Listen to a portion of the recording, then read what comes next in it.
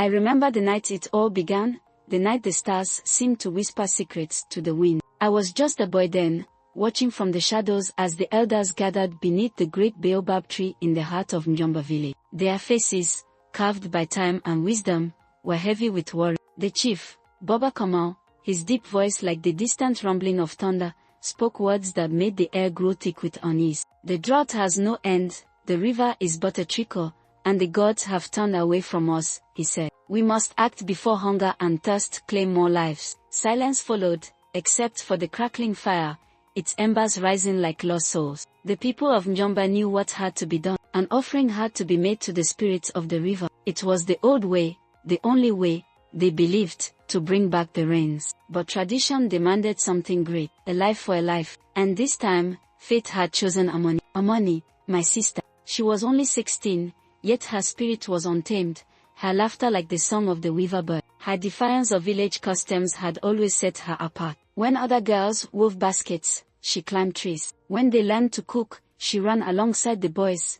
chasing the sun across the fields. Amani had a heart that knew no chains, and now, fate had bound her with the heaviest of them all. When the decision was made, she stood before the elders, her eyes burning with something I did not understand then, courage. Why must we live in fear of fate? She asked, her voice steady. Why do we believe sacrifice is the only answer? The elders muttered among themselves, shaking their heads. To question tradition was to question life itself. But Amani did not stop. If I am to be taken, let me go in search of another way first. Give me 3 days. If I return without hope, I will accept my fate. A murmur spread through the crowd. Such a request had never been made. But Baba Kamal, after a long silence, nodded. 3 days, he said. And if you do not return, the gods will take what is theirs. That night, as I helped her gather food for her journey, I could not hide my fear. What if you don't come back? She touched my face, her hands calloused but warm. I will, she whispered, because I refuse to be a slave to fate. At dawn, she left,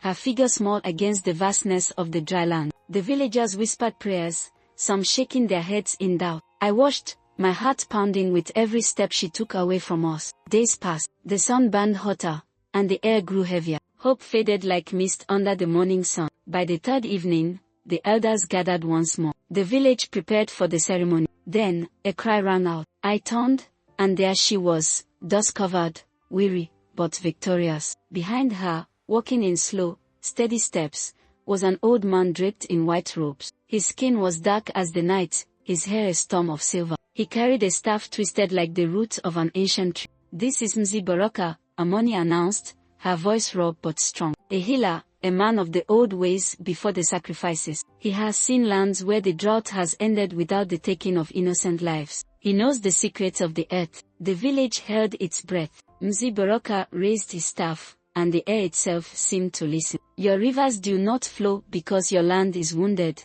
he said. The trees you cut without thought, the earth you do not honor, these have angered the spirits, not your lack of offerings. Heal the land, and the rains will return. The elders were silent. Never before had such words been spoken in Mjomba, but the proof came with the wind. That very night, the clouds gathered, and when the first drop of rain touched the dust, the village erupted in cries of joy and disbelief. Amani had done what no one thought possible, challenged fate, and won. From that day, the old ways began to change. The people of Mjomba learned to nurture the land, to plant trees, to respect the spirits not with blood, but with care. And my sister, the girl who had defied tradition, became the heartbeat of a new future. I tell this story now, years later, so that none may forget. That courage is not in following what has always been, but in daring to ask, what if? And that sometimes, the bravest heart is the one that chooses to fight not with weapons, but with wisdom.